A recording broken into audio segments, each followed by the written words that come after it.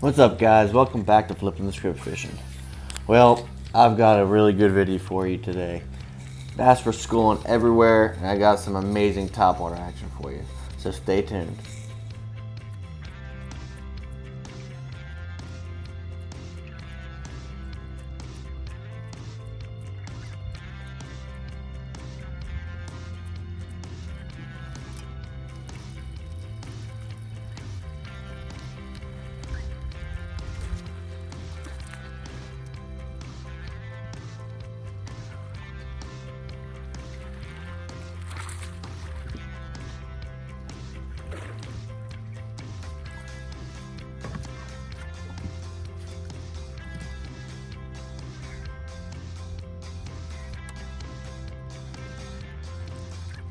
Alright, first fish of the day. It's a keeper. Barely a keeper, but he's a keeper. Doing this evergreen walker. This thing's been catching for me good. Alright, got the skunk out of the boat. Let's get some big ones now.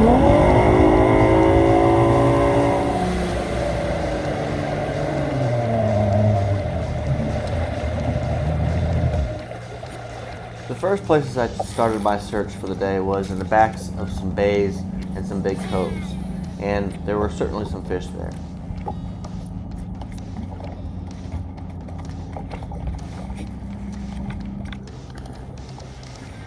Thought they might be striped. Even though these little stripe or white bass weren't what I was looking for, they can be really fun to catch. So I decided to put on an Alabama rig and catch a couple for just a couple minutes. Nicer one.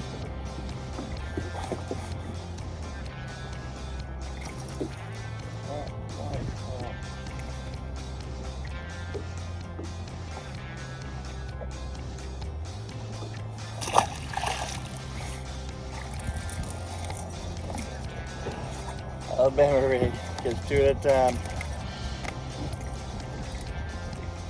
We're down there thick. We'll catch them for a little bit.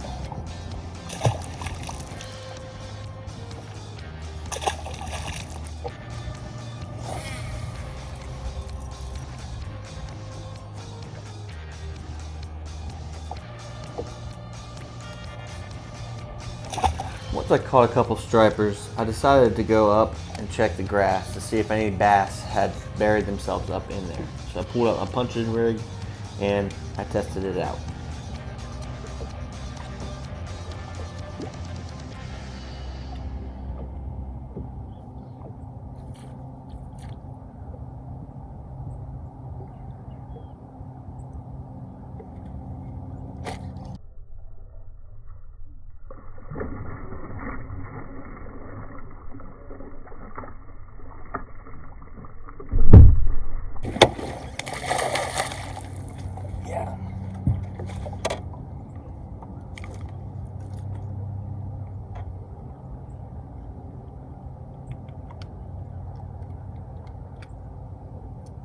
There you go. Our second keeper.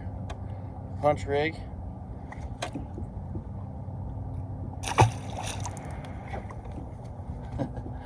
He didn't know it hit him, that's for sure. I only flipped it a couple times, got bit right off the bat. So let's see, hopefully there's some more. I'd love to get into a punching bite. That's what I got him on.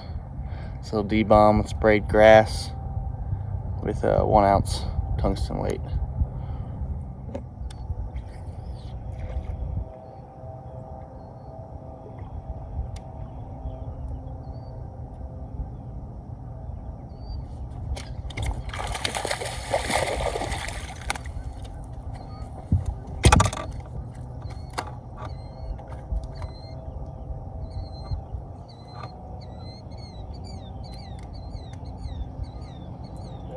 Not quite a keeper. So that time I threw it in a little ditch. I threw it into an area where there was no grass and he ate it. When I'm punching, I'm looking for irregularities, places where bass can hide to ambush passerby, prey, points, ditches, areas where there are no grass, tunnels, that kind of thing. irregularities created by the grass itself.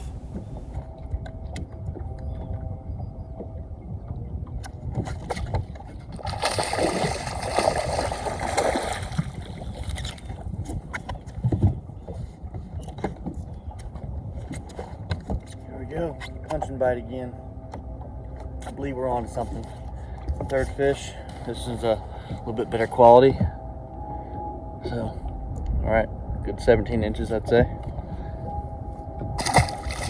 Maybe 18.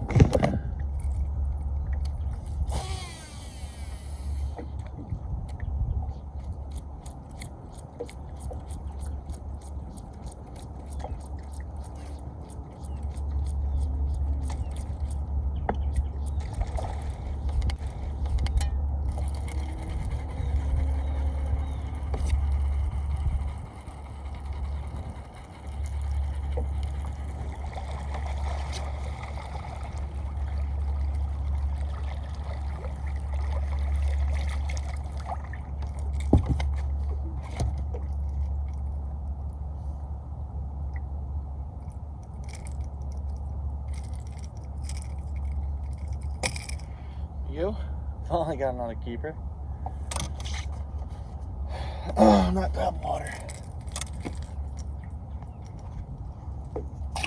After I was confident what the bays and the large coves off the main lakes had to offer, I decided to go out to the main lake areas and try and catch some better quality fish.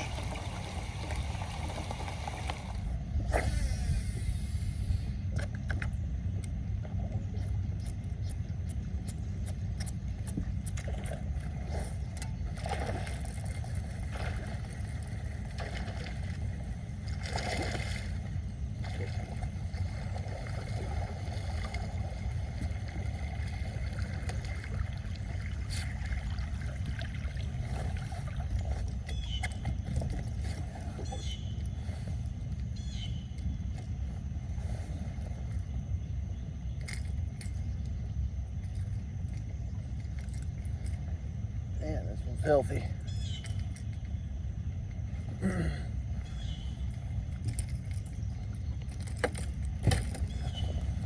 There's a fat one right there. Nice and healthy. Alright, good deal. Keeper. Now these areas were just off the main lake and provided a little bit of slack water just out of the current since we had a lot of rain in recent days.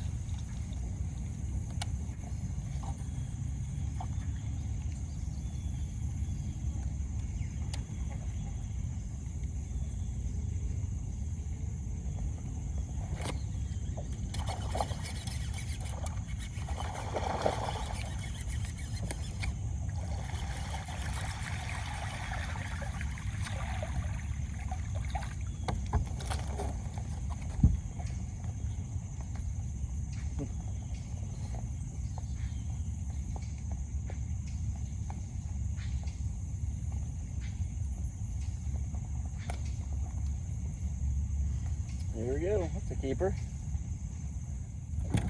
Same punching rig. I saw him swirl up there. I didn't know to get bites otherwise. I saw him swirl and I threw right in there with it and he got it. He took it.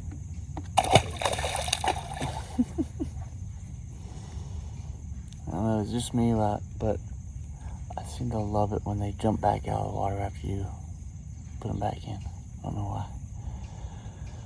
Anyway, all right. Well, we've got at least a limit of keepers. We just need to find some bigger ones. As I fished my way out of the pocket, I ran into a really good school, and you don't want to miss this action.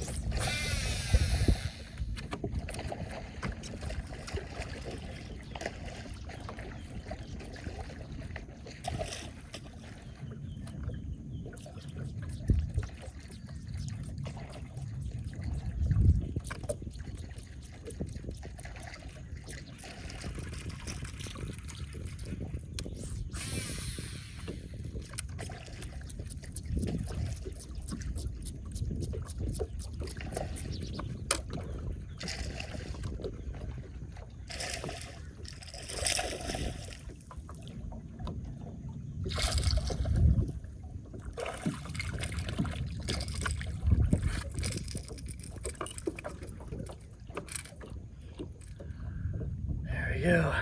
Let's see if we can get another. There's a big school here, so.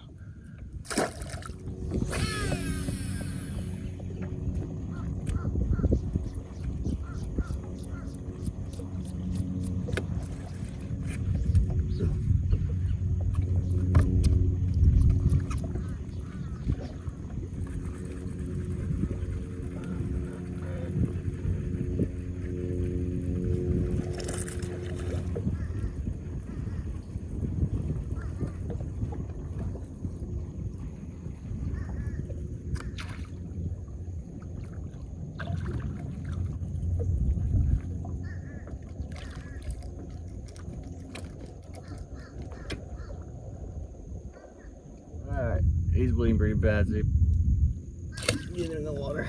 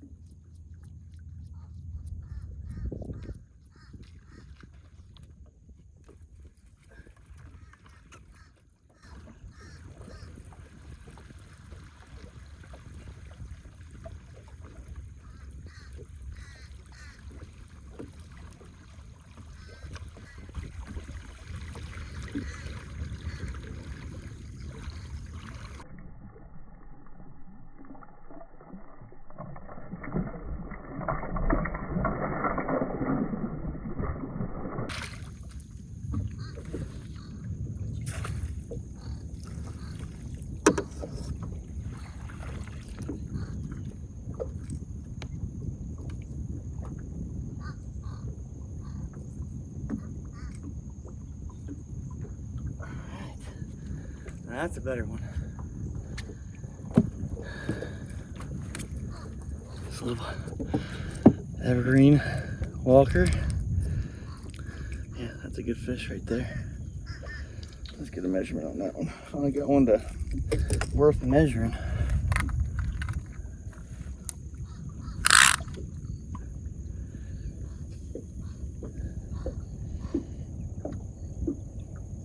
A little over 18 inches.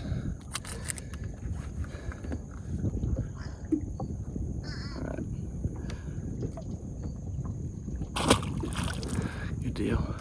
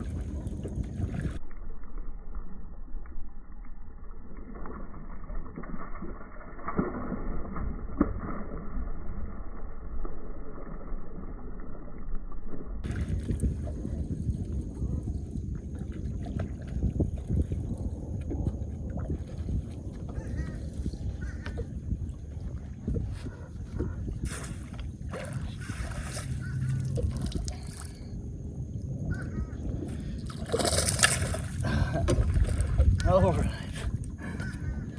You're getting bigger.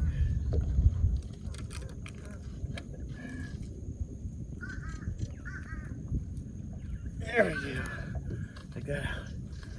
They're still going crazy up there. I need to get in there.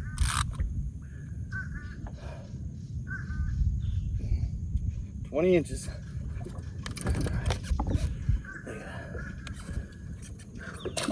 There's a bunch more up there.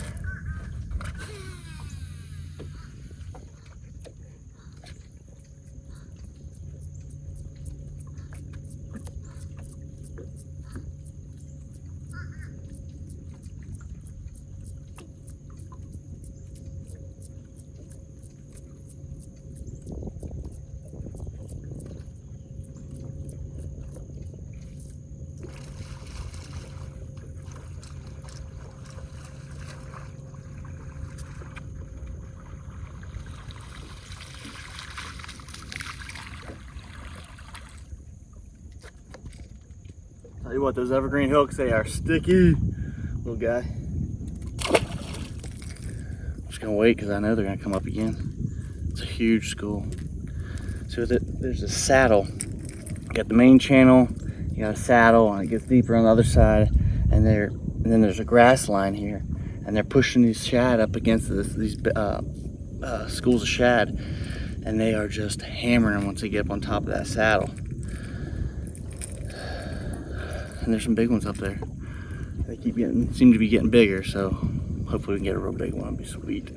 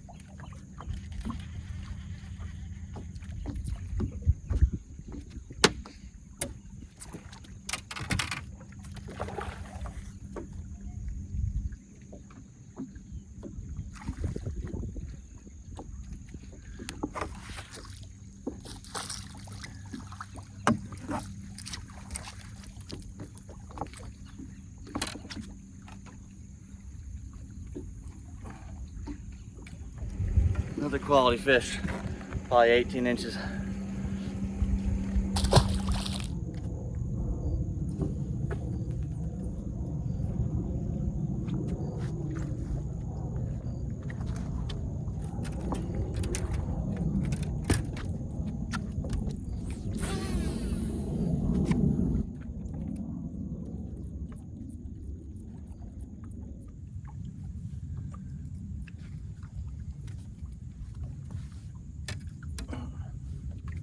They always go when I turn my back and I'm trying to do something else. So I'm gonna go do something else. Told you.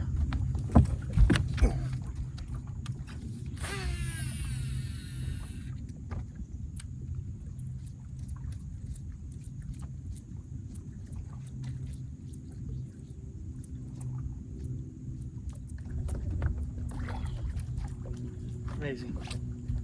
Never fails.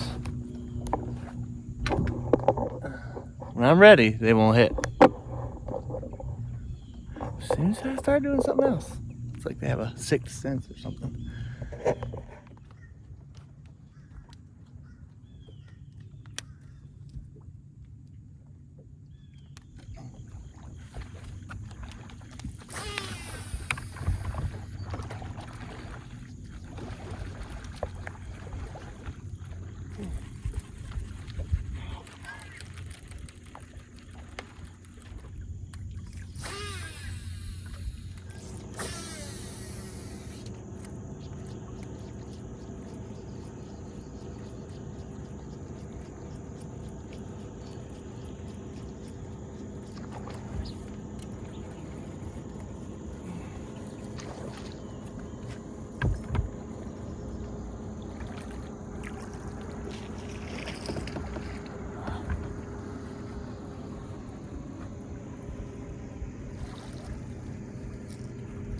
Smallmouth.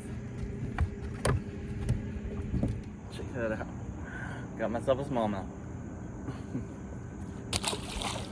Before I hooked into that one, I hooked into what felt like a really good one. He must have got me down in the grass or something because he pulled free. That one felt good. There are some big ones in there. It's just, you just gotta wait for them.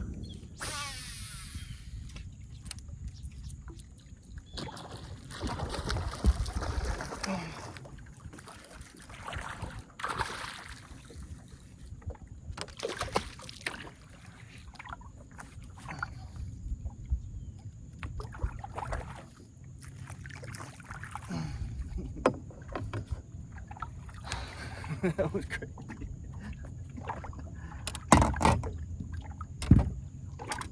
Another good one.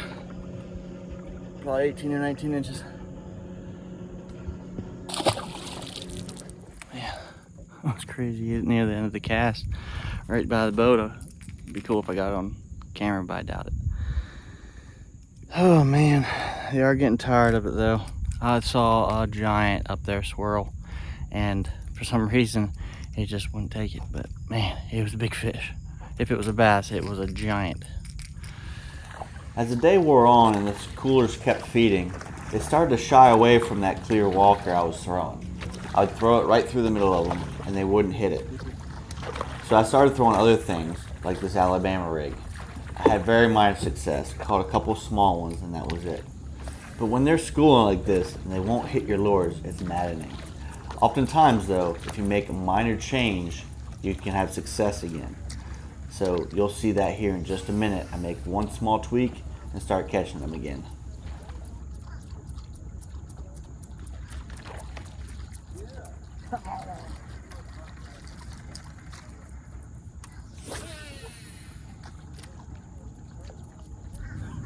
Have you ever seen anything so crazy in your life? My goodness. Not one hit it. I gotta change this thing. It was killing them earlier, but it's not getting bit now. I mean, they are going the opposite direction. They passed out the memo.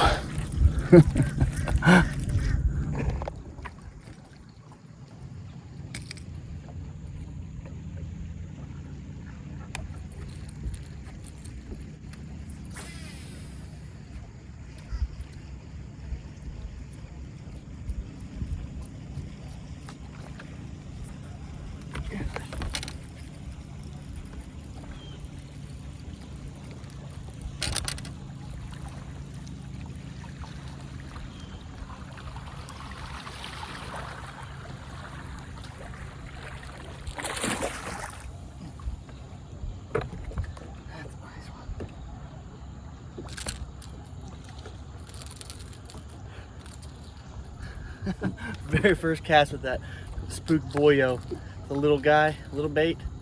Look at that. That's a good fish. Real nice one.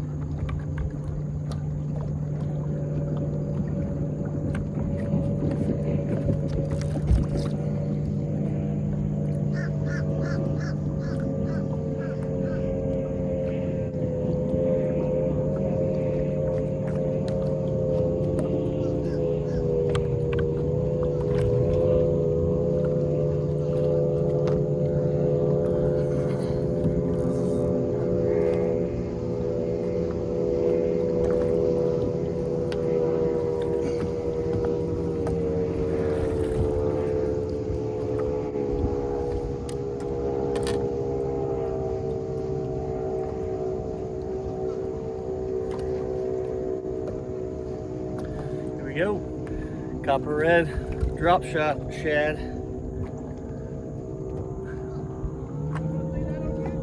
You will, don't worry.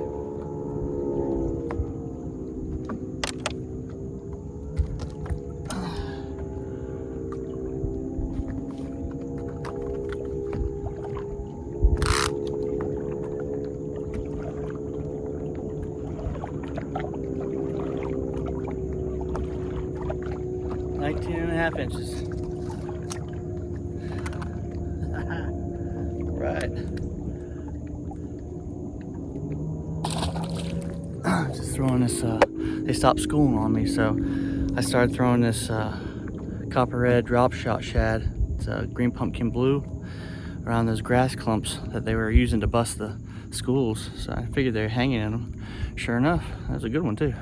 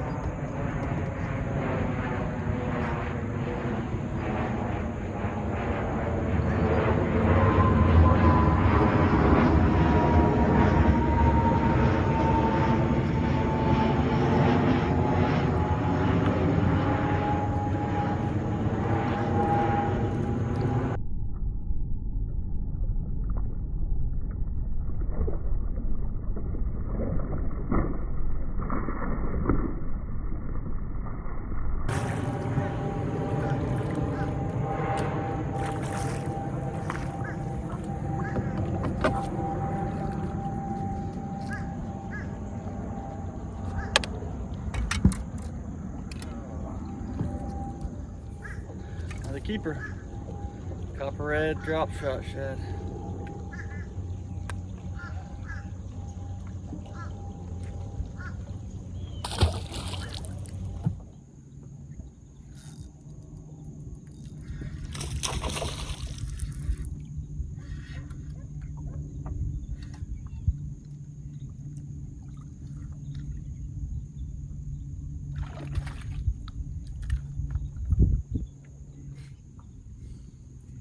There's a couple piers of grass, pillars, piers, I don't know what you want to call them, but there's like 2 or 3 of them, and they're on a deep part of this creek channel. That's fat. Look at that. They're on a deep. They're on the outside of this creek channel. It goes out from this flat, and they're on the deepest part. And if I can drop this little copper red drop shot shad, if I can drop it in the right place, they take it almost every time. I've caught three now and broke one off, so let's see if we can get some more. Should be able to. I just hope I can get some size. Oh, glasses are breaking. Coming. All right.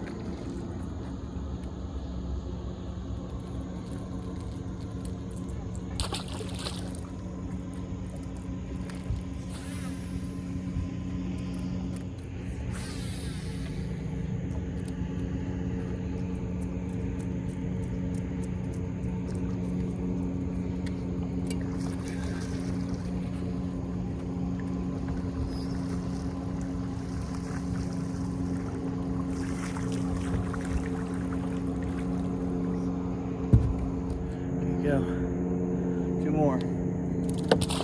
I've been very impressed with this. It's a little guy. It's called the Super Spook Boyo. I just bought it the other day. It's a little bit smaller than the Junior, and they seem to really like it. So if they come schooling, if I get this in there, they'll eat it. Whereas the other one, they were shying away from it.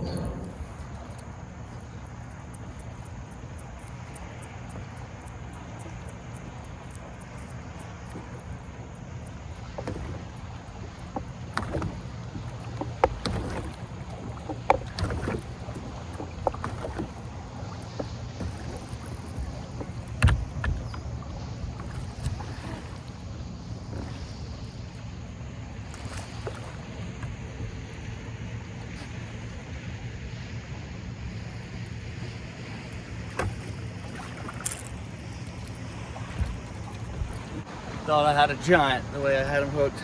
Jeez. Man, there was a bunch of huge ones coming up. one hit it, but it didn't get it somehow. How that whole thing could just fit easily in its mouth. Sometimes I wonder how these things survive the way they miss lures. How do they ever eat? It boggles my mind.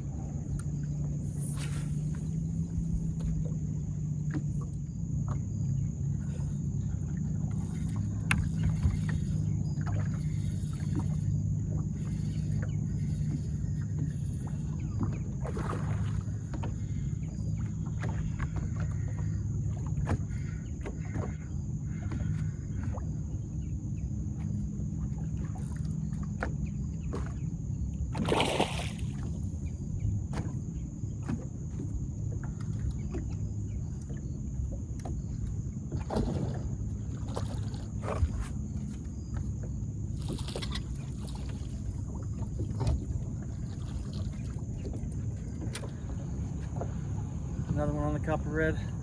Drops that shot shad. 18 and a half. Nice one. Okay, so what I noticed was when the sun was out, they would come up schooling and you'd catch one here and there. But when the sun got behind clouds or it got dark, I could pick off a couple with this drop shot. And just odds and ends, this drop shot seems to be pretty consistent though. On the grass edges. But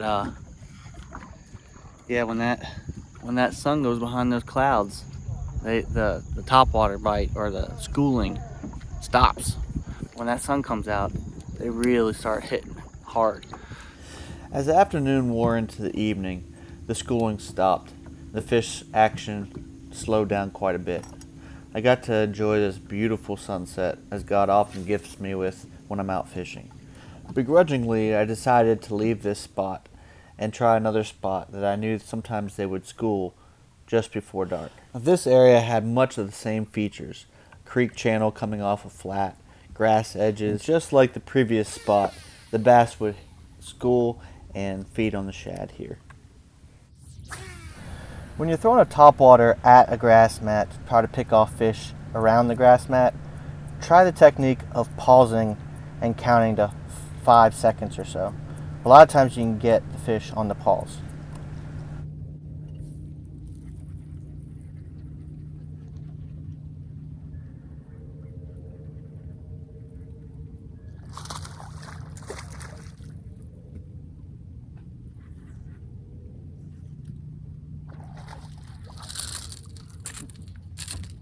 Keeper, skinny keeper, but it's a keeper.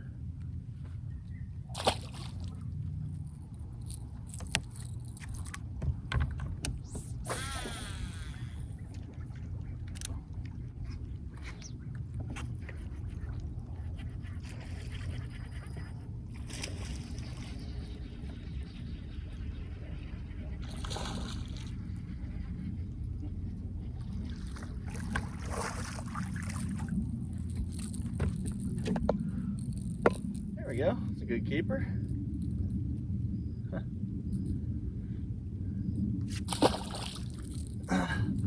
I'd found this a couple months ago, this lure, and I saw Ed was throwing it last week and having some success with it. But I had to put new hooks on mine. I don't know who makes it or anything. It's this green frog looking one, but they bite it. I don't know why. That was the first cast with this thing. Hammered it.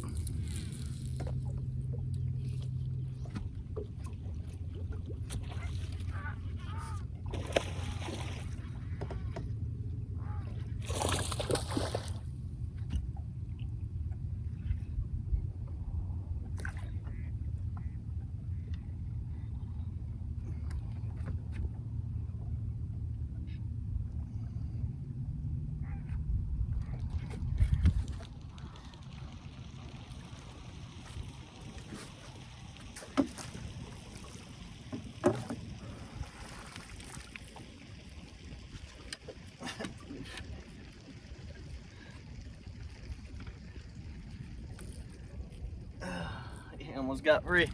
Whew, check that out. That's a healthy fish. He's not real long, but man, is he healthy. Look at that. That's a good fish. Almost 19 inches. Check out that fish. That's like a perfect specimen right there.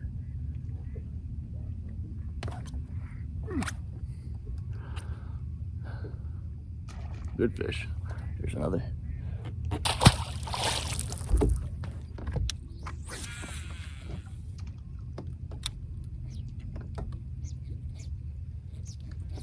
Unfortunately, guys, that's a wrap.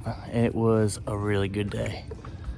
No huge ones, but a lot of quality ones and a lot of fish. I don't know how many fish I caught, but I caught a ton, and mostly on top water. I mean, it don't get better than that. So till next time, guys, tight lines.